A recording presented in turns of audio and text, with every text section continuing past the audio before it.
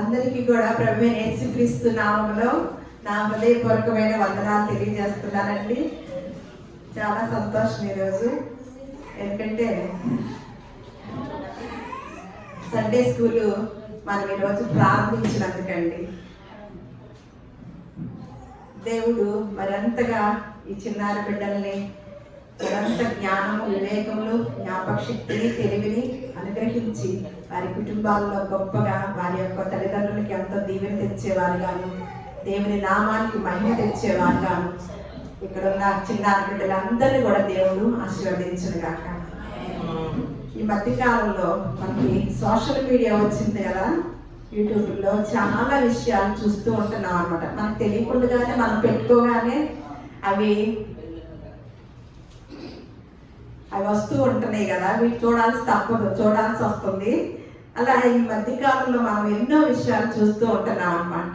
ఎంతో ఘోరాలు, నేరాలుగా చూస్తూ ఉంటున్నాం. అదిగాక పెద్దవాళ్ళ సహితం కూడా ఆ ప్రేరేపించే విధానం చూస్తే నాకు చాలా ఆశ్చర్యం వేసిందండి. ఈ వారంలో ఇద్దరు ప్రేమించుకున్నప్పుడు, మేజర్లు అయ్యి ప్రేమించుకోవడము ఒక తప్పు అయితే, ప్రేమించుకున్నాక పెళ్లి చేసుకున్నాక వారిని విడదీయటం ఇంకొక తప్పు అన్నమాట. అది సరి చేసుకున్నారు కదా. బైబిల్ గ్రంథంలో ఒక మాట ఉంటుంది, దేవుడు జతపరిచిన వారిని ఏ మనుష్యుడు కూడా వేరుపరచకూడదు అని ఉంటుంది అనమాట. మరి వేరుపరచడమే కాకుండా చంపేయటం కూడా చూస్తున్నాం అనమాట.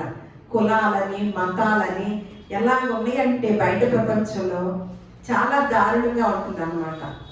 ఈ మధ్య కాలంలో మరి జరిగిన సంఘటన చూసాం కాబట్టి ఆ ఇద్దరు ప్రేమించుకొని చంపేయటం జరిగింది.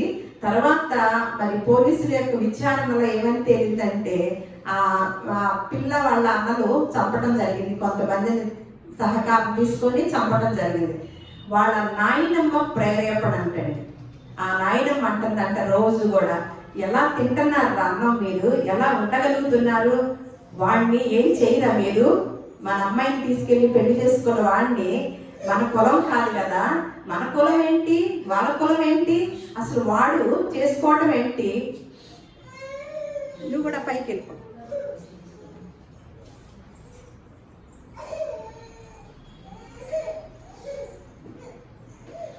అని వాళ్ళు ఆవిడ ఎంత వయసు అంటే కనీసం ఒక 70 వరకు ఉంటాయి అనుకుంటున్నా. ఆవిడ్ని పోలీసులు పట్టుకెళ్ళటం చూశారన్నమాట. అదే మీడియాలో చూడటం జరిగింది. అయితే ఒక పెద్దవాళ్ళు, ఒక స్త్రీ, ఒక వృద్ధాప్య దశలో ఉన్న స్త్రీ, ఒక తల్లి, ఒక అమ్మమ్మ, నానమ్మ అయి ఉన్న పాత్రలు పోషిస్తున్న యొక్క స్త్రీ మరి ఆ మనవడిని చంపడానికి ప్రోత్సహించిందంటే ఎలాంటి సమాజంలో ఉన్నామండి మనము. తల్లులకి ఏం కావాలి, కనికరం ఉండాలన్నమాట. అందులో అమ్మమ్మలు, నాయనమ్మలు ఎలా ఉండాలండి, కనికరం కలిగి ఉండాలి.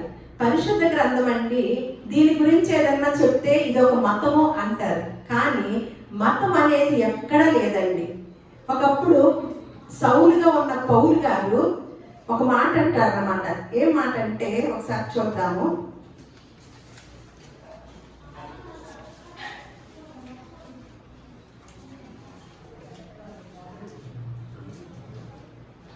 గలతీ సంఘానికి రాస్తూ 1వ అధ్యాయం 13వ వచనములో తను అంటున్నాడు, ఈ బైబిల్ గ్రంథంలో యేసుక్రీస్తు వారు నేను మతాన్ని స్థాపించడానికి వచ్చినట్లుగా ఎక్కడా రాయలేదండి. అసలు మతాన్ని ఎప్పుడు కూడా ఆయన ద్వేషిస్తూనే ఉన్నారనమాట. ఆయన అనుసరించిన వారు కూడా అనుసరించక ముందు మతంలో ఉన్నవారు కూడా సహితము యేసుక్రీస్తు వారి యొక్క మార్గంలోకి వచ్చినప్పుడు ఆ మత విషయాల గురించి మనకి క్షుణ్ణంగా రాసి ఉంచారన్నమాట. పూర్వమందు 1వ అధ్యాయం 13వ వచనం గలతీయులకు రాసిన పత్రిక.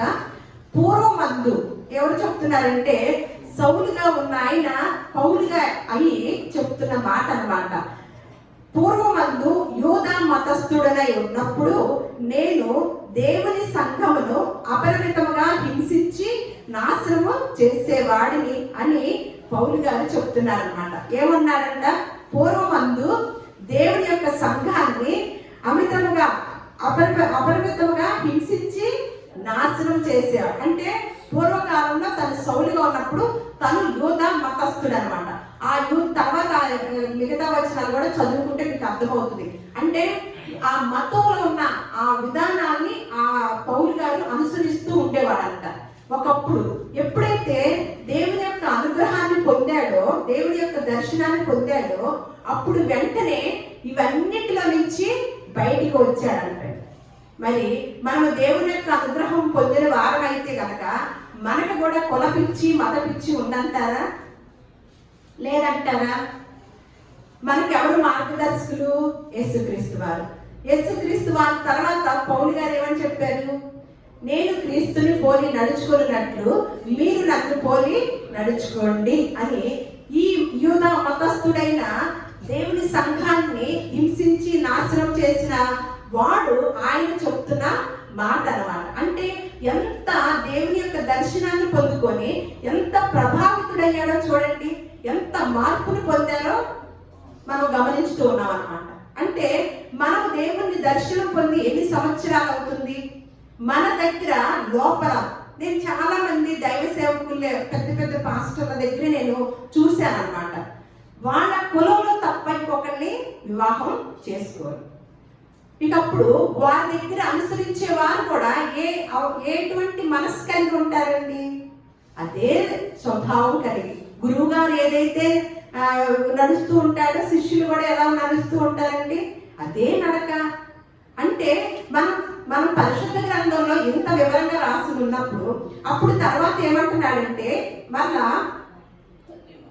అదే గలతీయులకు రాసిన పత్రిక 2వ అధ్యాయం 20వ వచనంలో, నేను క్రీస్తుతో కూడా సిలువ వేయబడి ఉన్నాను, ఇకను జీవించువాడును నేను కాను, క్రీస్తే నా యందు జీవించుచున్నాడు. నేనిప్పుడు శరీరమందు జీవించుచున్న జీవితము నన్ను ప్రేమించి నా కొరకు తన్ను తాను అప్పగించుకొనిన దేవుని కుమారుని అందల విశ్వాసం వలన జీవించుతున్నాను. ఇప్పుడు నేను జీవిస్తున్నానే, ఆ యొక్క దేవుడి దివ్య దర్శనం ద్వారా నాకు ఇచ్చిన ఈ జీవితాన్ని ఆయన ఇచ్చాడు కాబట్టి ఇక జీవించుతుంది నేను కాదు, నాలో ఎవరంట?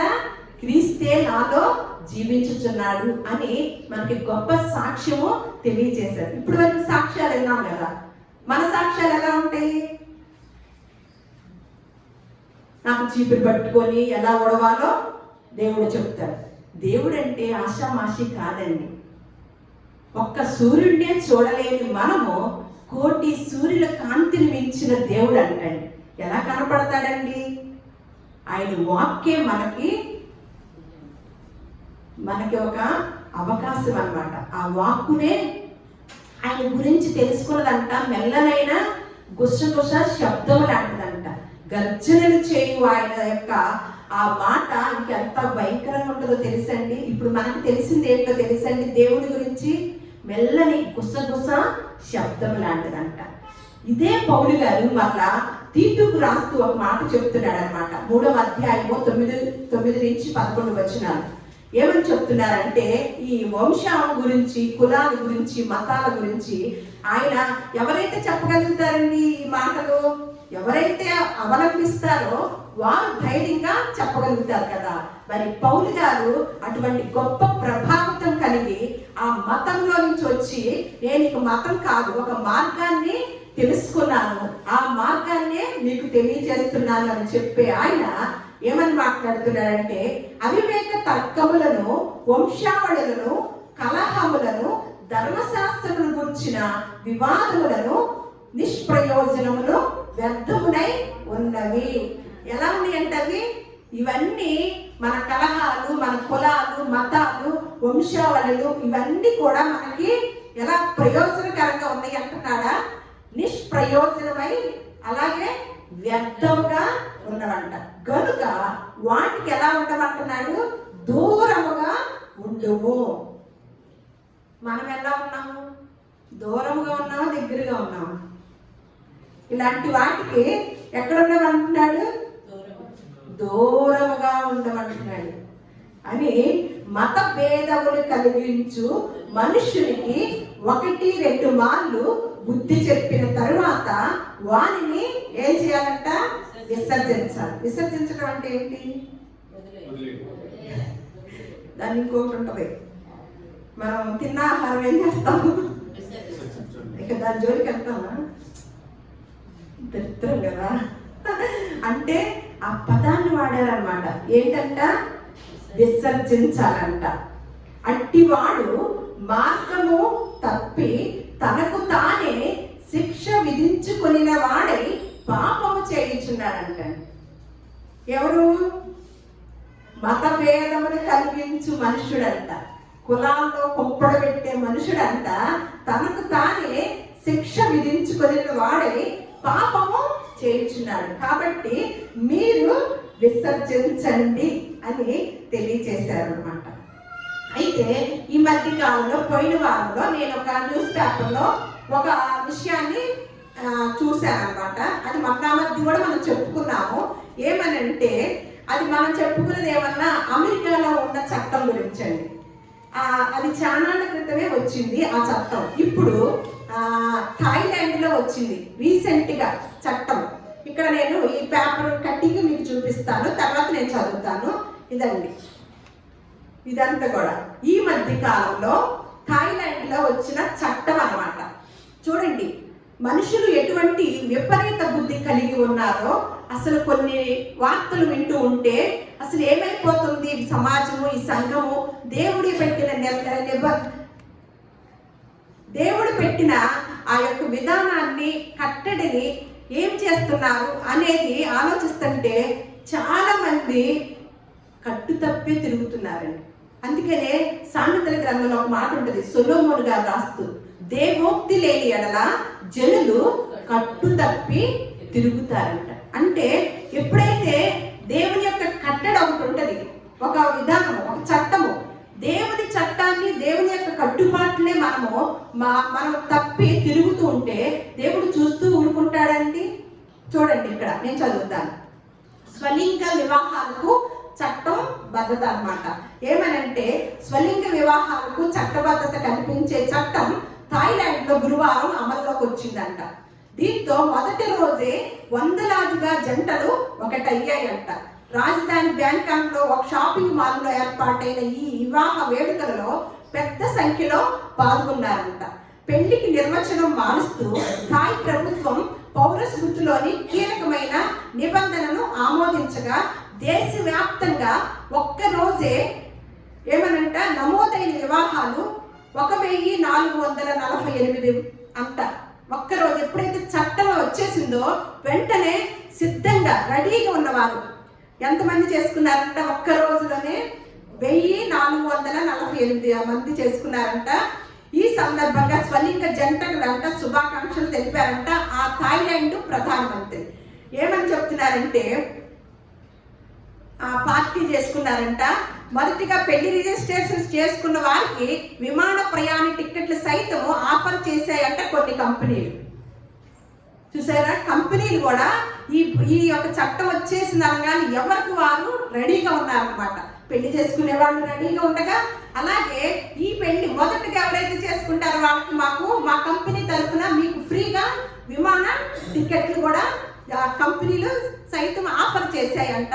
ఇలాంటి మధుర క్షణాల కోసం ఎన్నో ఏళ్లుగా ఎదురు చూస్తున్నట్లుగా కొన్ని జంటలు సంతోషం వ్యక్తం చేశాయంట. స్వలింగ వివాహ చట్టం ద్వారా ఏకమయ్యే వారు ఇక ఆస్తులను కూడా నిర్వహించుకోవచ్చు. చాలా రాశారండి, ఇక మనకు అనవసరము. అంటే ఏం జరుగుతుందండి? సమాజం ఒక పురుషుడు వివాహం చేసుకుంటే ఎలా ఉంటుందండి? ఒక స్త్రీ వివాహం చేసుకుంటే వినాశకాలే విపరీత బుద్ధి అని మనం సాగుతుంది కదా. అంటే అమెరికాలో అది ఉందని మనం మొన్నటిదా చదువుకున్నాం. ఇప్పుడు ఏముంది? ఇంకొక దేశం. ఆ దేశం నుంచి ఇంకెలా పాకిద్దండి? రకరకాల దేశాల్లోకి వచ్చేస్తుంది. అంటే దేవుడు ఏమని చెప్పాడో ఒకసారి మనకి పరిశుద్ధ గ్రంథంలో పాత నిబంధనలో చెప్పాడండి, క్రొత్త నిబంధనలో చెప్పాడండి. ఒక ఘోరమైన చట్టం విధానం ఉందంటే, ఒక ఘోరమైన ఆలోచన ఉందంటే అది 2 చోట్ల కూడా చెప్పడం మనం చూస్తున్నాం. అంటే పూర్వకాలంలో క్రీస్తుకు పూర్వం చెప్పారు, అలాగే క్రీస్తు శకంలో కూడా చెప్పారు. ఎందుకంటే రాబోయే దినాల్లో మనుషులు విపరీత బుద్ధులు కలిగి ఉంటారు అని గుర్తెరిగిన దేవుడు ఈ విధానాన్ని, ఈ కట్టుబాటుని ఏమి చెప్పాడో ఒకసారి ద్వితీయోపదేశకాండము 22వ అధ్యాయము 5వ వచనం చూద్దాం. ద్వితీయోపదేశకాండము 22వ అధ్యాయం 5వ వచనం.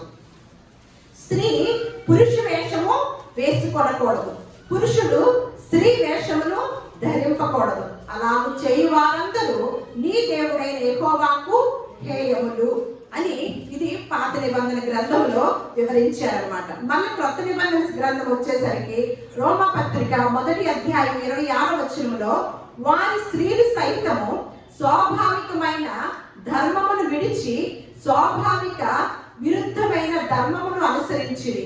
అటువలే పురుషులు కూడా స్త్రీ యొక్క స్వాభావికమైన ధర్మమును విడిచి పురుషులతో పురుషులను అవాచ్యమైనది చేయుచు తమ తప్పిదములకు తగిన ప్రతిఫలము పొందుచు ఒకరి ఎడల ఒకరు కామతప్తులు అయిరంట.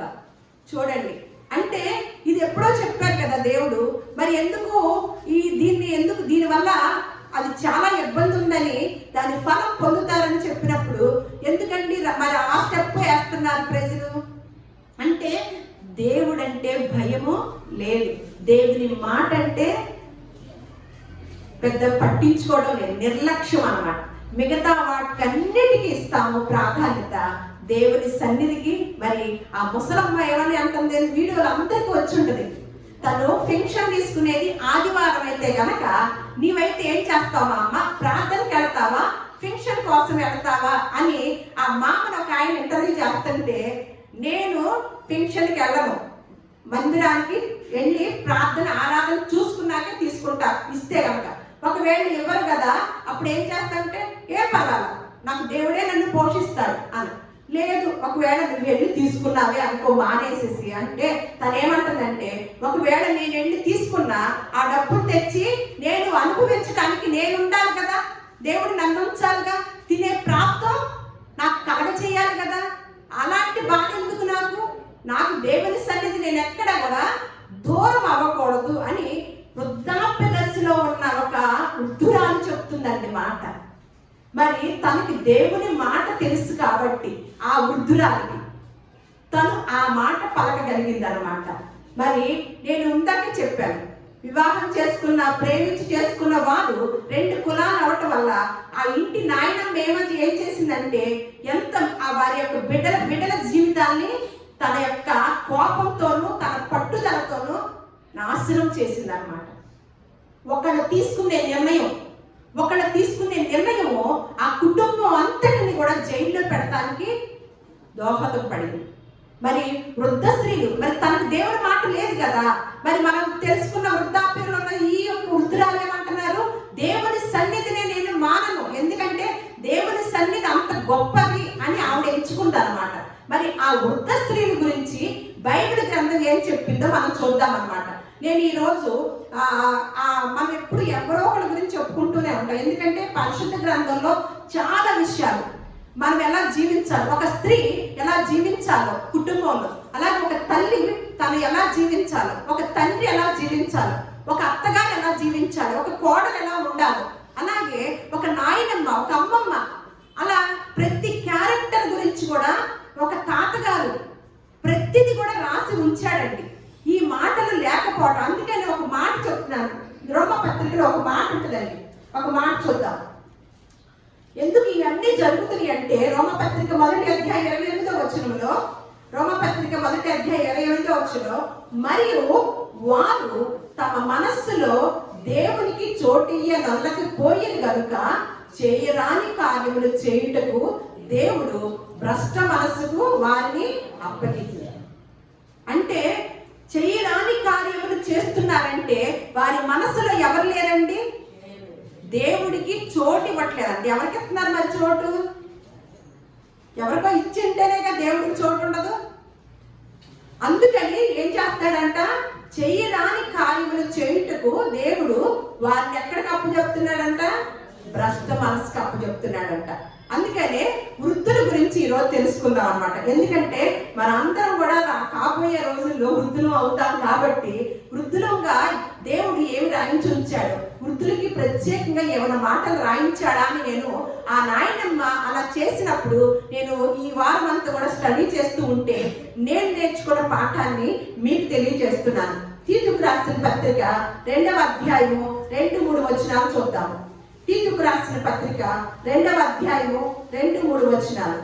వృద్ధులు మితానుభవము గలవారును, మాన్యులను, స్వస్థ బుద్ధి గలవారును, విశ్వాస ప్రేమ సహనముల యందు లోపము లేని వారునై ఉండవలెననియు, అలాగే వృద్ధ స్త్రీలు అంటే ఈ పై వరకు రాసింది పురుషులకి స్త్రీలకండి, అంటే అందరికి కలిపి అన్నమాట. దయచేసి మీరు మీ సమయాన్ని హెచ్చించి వచ్చారు కాబట్టి దేవుని యొక్క మాట మీదే శ్రద్ధ ఉంచండి, దేవుని యొక్క మాట మీదే శ్రద్ధ పెట్టండి. మన ఇంటికి వెళ్ళాక మనకి అన్ని ఈ వారంలో ఈ మాటే దొరకదు అన్నమాట.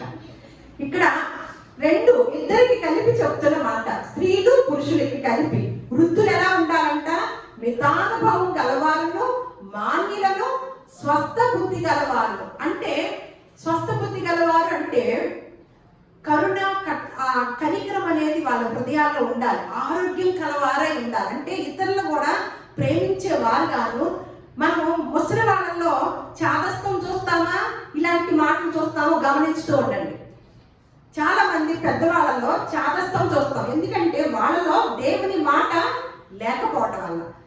అలాగే కొంతమంది వృద్ధుల్లో చాలా దేవుని యొక్క మాటే చూస్తూ ఉంటాం.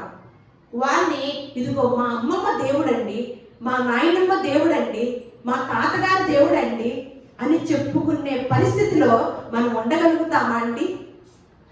చూడండి, ఒకసారి ఆలోచించండి. నాకు బాగా ఇష్టమైన విధానం ఏంటంటే, నేను పోయే లోపులో ఒక మనవడో మనవరాల్లో కనుక చూస్తే మా నాయనమ్మ దేవుడు అని వారు తరతరాలు కూడా చెప్పుకోవాలని, అలా జీవించాలని నా కోరిక అండి. నాకు బాగా ఇష్టం అన్నమాట. ఆ క్యారెక్టర్ని చక్కగా ఉంచుకోవడం అంటే చాలా ఇష్టము. అలాగే సాధిక చేస్తూ ఉంటున్నాను మన వల్ల అవ్వదు కాబట్టి ఇక్కడ అందరి గురించి రాస్తూ, అయితే అలాగనే వృద్ధ స్త్రీలు కొండె కత్తెలను మిగుల మధ్య పానాశక్తులున్నై ఉండక ప్రవర్తన యందు భయభక్తులు గలవారై ఉండవలెను. అంటే ఈ దేవుని యొక్క మాట అండి, ఈ దేవుని విశ్వసించే వారు ప్రపంచమంతా ఉంటారండి. ఎందుకంటే మనం సేవించే దేవుడు లోకాల్ని కలగచేసిన దేవుడు. ప్రపంచంలో ఆయన మాట వలన నిర్మాణమైన వాళ్ళు మనం బైబిల్ గ్రంథంలో చూస్తున్నాం. ఒక్కొక్క దేశంలో ఒక్కొక్క రాష్ట్రాల్లో ఏం చేస్తారంటే వృద్ధులేంటి యవనస్తులు అందరూ కూడా తాగుతూ ఉంటారు, కళ్ళు తాగే వాళ్ళు ఉంటారు, మందు తాగే వాళ్ళు ఉంటారు, చుట్టలు తాగే వాళ్ళు ఉంటారు. ఇదేంటి ఈ మాట కూడా రాశారు అని అనుకుంటాం కదా. అంటే మన ప్రాంతంలో అది చేయకపోయినప్పటికీ రకరకాల వారు ఉంటారు కాబట్టి అందరి గురించి చెప్తున్న మాట అన్నమాట. దేవుడు ఏం చెప్పినా ప్రపంచానికి చెప్తాడు. మన తాడిగట్టు వరకు ఉండవు ఈ మాటలు. ప్రపంచంలో ఉన్న జనాభా అందరికీ కూడా చెప్పే మాట, చెప్పే గ్రంథం ఏదైనా ఉంటే మనం సేవించే మన చేతిలో ఉన్న పరిశుద్ధ గ్రంథమేనండి. ఏమంటున్నాడు? వృద్ధ స్త్రీలు ఎలా ఉండాలంట? కొండి కత్తెలను మిగుల మద్యపానాసక్తులై ఉండక ప్రవర్తన యందు భయభక్తులు గలవారై ఉండవలెను అని చెప్తున్నాడండి. ఇలా చెప్పినప్పుడు ఇలా జీవించిన వారు కూడా ఒకళ్ళు చూద్దాం. కీర్తన గ్రంథము 71వ కీర్తన 17వ అధ్యాయం 17వ వచనము 18వ వచనం. కీర్తనలు 71, 17, 18. దేవా, ఇక్కడ దావీదు గారు అంటున్నారు, దేవా బాల్యము నుండి నీవు నాకు బోధించుచు వచ్చితివి, ఇంతవరకు నీ ఆశ్చర్య కార్యములను నేను తెలుపుచూనే వచ్చితిని. అంటే బాల్యము నుండి కొంచెం పెద్దయ్యేంత వరకు కూడా దావీదు గారు ఏం చేస్తున్నారంట? బాల్యము నుండి నీవు నాకు బోధించినవి ఇంతవరకు, బాల్యము నుండి నేర్చుకున్నవంట తన వృద్ధాప్య దశ వచ్చే అంతవరకు కూడా ఏం చేస్తున్నాడంటండి? ఏం చేస్తున్నాడు ఇక్కడ? ఇంతవరకు నీ ఆశ్చర్య కార్యములను నేను తెలుపుచూనే వచ్చింది. దేవా, వచ్చు తరమునకు నీ బాహుబలమును గూర్చియు పుట్టబో వారికందరికి నీ శౌర్యమును గూర్చియు నేను తెలియచెప్పునట్లు తల నెరిసి వృద్ధుడనై ఉండు వరకు నన్ను విడవకు. ఈ ప్రార్థన ఎంతమంది చేస్తున్నారు? అమ్మమ్మలు, నాయనమ్మలు. ఏం చెప్పడానికి కొంచెం అంటున్నారు? శుభ్రంగా అనుభవించుతాను ప్రభువా, అసలే నాకు ఇచ్చిన ఆయుష్కాలం అంతా అవి తినటానికి ఈ తినటానికి, ఇచ్చిన ఆరోగ్యాన్ని చక్కగా అవి తింటూ లేకపోతే అవేవి చూస్తూ చక్కగా నన్ను సంపూర్ణ ఆయుష్తో ఉంచమని అంటామా? లేకపోతే నాకు ఇచ్చిన ఆయుష్కాలాన్ని నేను వృద్ధాప్య దశ వచ్చి అంతవరకు కూడా ఎవరికి చెప్పడానికి నన్ను ఉంచమంటున్నాడు, నన్ను విడవద్దంటున్నాడు? పుట్టబో వారికి వారికి అందరికీ నీ శౌర్యము అంటే వచ్చు తరము వరకు అంట, వచ్చే తరం వరకు నీకు నీ బాహుబలమును గూర్చియు పుట్టబో వారందరికీ నీ శౌర్యమును గూర్చియు నేను తెలియచెప్పునట్లు తల నెరిసి వృద్ధుడనై ఉండు వరకు ఏం చేయమంటున్నాడు? వచ్చే తరం వారికి, పుట్టబోయే వారికి ఏం చెప్పాలనుకుంటున్నాడు? ఆయన ఆశ్చర్య కార్యములను, ఆయన బలమును, ఆయన బాహుబలమును. ఎంతమంది అనుకుంటున్నాం అట్లా? మళ్ళా యోబు గ్రంథంలో కూడా యోబు స్నేహితుడు ఒక మాట మాట్లాడుతున్నాడు అనమాట. 32వ అధ్యాయం 7వ వచనంలో ఎలోహి మాట్లాడుచున్నాడు. వృద్ధాప్యము మాట్లాడదగును, వృద్ధాప్యమంట మాట్లాడదగును, అధిక సంఖ్య గల ఏళ్ళు జ్ఞానము బోధింపదగునని నేను అనుకుంటుంది. మనం ఏమనుకుంటాము? వృద్ధాప్య దశలో ఉన్న వారిని, అమ్మో పెద్దలు ఒక మాట చెప్తే అబ్బా విందాము అని మనకు కూడా ఉంటుందా ఆలోచన? వృద్ధాప్య దశలో చూసిన వారిని ఏమంటాము? అమ్మ పెద్దలండి, వాళ్ళ దగ్గర మనం ఏదో ఒకటి నేర్చుకోవాలి అని అనుకుంటాం కదా. అలాగే యోబు స్నేహితుడు కూడా అనుకున్నాడంట. ఏమని అనుకున్నాడు? వృద్ధాప్యము మాటలాడదగును, అధిక సంఖ్య గల ఏళ్ళు జ్ఞానము బోధింపదగునని నేను అనుకుంటుని. కానీ అంట వృద్ధులు మాత్రమే జ్ఞానవంతులు కాదు. మీకు అర్థమైన మాట? మన వృద్ధాప్య దశలో వాళ్ళని చూసి, అనుభవం గల వాళ్ళని చూసి, అమ్మ వాళ్ళు జ్ఞానవంతులు, వాళ్ళు అనుభవంతో చెప్తారు, ఒక మాట అన్న వాళ్ళ దగ్గర నుంచి తీసుకోవాలి అని యోబు స్నేహితుడు కూడా వాళ్ళు మాట్లాడతారు. ఎక్కువ వయసు గలవారు కదా అని అనుకున్నాడంట. కానీ ఏం లేదంట వాళ్ళ దగ్గర. వృద్ధులు మాత్రమే, నేను అనుకున్నది కరెక్ట్ కాదు. చిన్న పిల్లలు కూడా జ్ఞానవంతులై ఉంటారు తెలుసండి. మనం చిన్న వాళ్ళ దగ్గర కూడా నేర్చుకోవచ్చండి. అందుకని ఒక వయసు పరిమితి చేసుకొని వారి అనుభవంతో అనుభవం కల్లా పాస్టర్లమ్మ అని వాళ్ళు రాంగు బోధించినా కూడా వీళ్ళు ఏం చేస్తారు? చక్కగా వెంబడిస్తూ ఉంటారు. అదేమంటే ఏమంటారు? వాళ్ళు అభిషేకం పొందిన వారు, అనుభవం కల వారు, అంతే కదా. వాళ్ళతో పాటు మనల్ని కూడా అనుభవంలోకి తీసుకెళ్తారు అన్నమాట. అందుకని ఏమంటున్నాడు? వాళ్ళు మాత్రమే జ్ఞానవంతులు కారు, బహు వయస్సు గల వారు, ఒకప్పుడు న్యాయం తెలిసిన వారు, ఒకప్పుడు కూడా కాదంట. చూడండి అని అంటూ ఒక గొప్ప మాట అండి, ఒక గొప్ప మాట. సంఖ్యాకాండము 8వ అధ్యాయము 25వ వచనం. ఇప్పుడు ఈ మాటను తీసుకొని చాలా మంది ప్రభుత్వంలో ఏవి ప్రపంచవ్యాప్తంగా ఏదైనా ప్రవేశపెట్టినప్పుడు అది ఖచ్చితంగా బైబిల్ గ్రంథంలోనే ఉంటదండి. అది ఏది ప్రవేశపెట్టినా, ఏ పథకం ప్రవేశపెట్టినప్పటికీ కూడా అది బైబిల్ గ్రంథంలో ఉండి తీరుతుంది. అది పరిశీలించిన వారికి మాత్రమే తెలిసింది. సంఖ్యాకాండము, మీరు సైలెంట్ గా ఉండాలి. సంఖ్యాకాండము 8వ అధ్యాయం 25వ వచనం. అయితే 50 ఏళ్ల వయసు పొందిన పిమ్మట వారు ఆ పని మాని ఊరకుండవలెను. రిటైర్మెంట్ ఎప్పుడండి? ఆయన చెప్తున్నారు, కొత్తగా ఈరోజే వచ్చారు. రిటైర్మెంట్ ఎప్పుడు? 50 పైబడిన వాళ్ళకి కదా. వాళ్ళంట ఏమంటున్నారంటే మళ్ళీ ఏ పని పెడతలా, ఎందుకంటే రకరకాల పని వృత్తుల్లో ఉంటారు కాబట్టి ఆ పని చేసే వాళ్ళని రాయటం జరిగింది అనమాట. 50 పైబడిన వాళ్ళు పిమ్మట వారు ఆ పని మాని ఏముండాలంట, ఊరకుండవలను. ఏ పనిలో నుంచి? మనం చేసే ఉద్యోగ బాధ్యతల నుంచి మనం రిటైర్మెంట్ అయ్యాం. అది మనం చేసే ఉద్యోగాలు దేనికోసము? కోటి విద్యలు, కోటి ఉద్యోగాలు దేనికోసము? కూటి కోసం.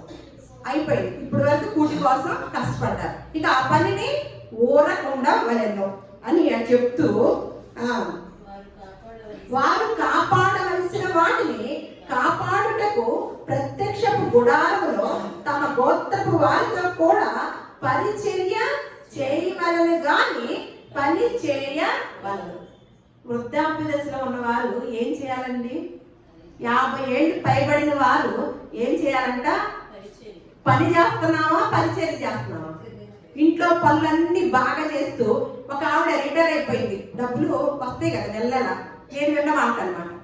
ఖాళీగా ఉండటం ఎలాగండి? ఏదన్నా బిజినెస్ పెట్టాలని అనుకుంటున్నా. వారు దేవుణ్ణి తెలుసుకున్న వారే. నాకు ఆశ్చర్యం వేసింది. అంటే ఇప్పుడు వరకు నువ్వు సంపాదించుకున్నారే మీరు, మళ్ళీ ఈ ఖాళీ సమయాన్ని దేవుని సన్నిధానంలో గడిపితే ఎంత బాగుంటది. మన జీవితానికి ఒక పరమార్థం అయింది కదా. అయినా ఇప్పుడు కూడా కష్టపడి ఏం చేద్దామని, ఏమి సాధించుదామని ఆవిడ అంటది. వాళ్ళ నెల నెల పెన్షన్ వచ్చింది. అబ్బా ఖాళీగా ఉంటే ఎలా కుదిరిద్దండి? లోన్ తీసుకుని అపార్ట్మెంట్ కొనుక్కున్నాను, మరి లోన్ కట్టాలంటే కుదరదుగా, అదొక 25 ఏళ్ళు పెట్టుకుంటారు కదా. అప్పుడు ఏం చేయాలంట? ఏదో ఒక బిజినెస్ అంట. దేవుని వాక్యం ఏం చెప్తుందండి?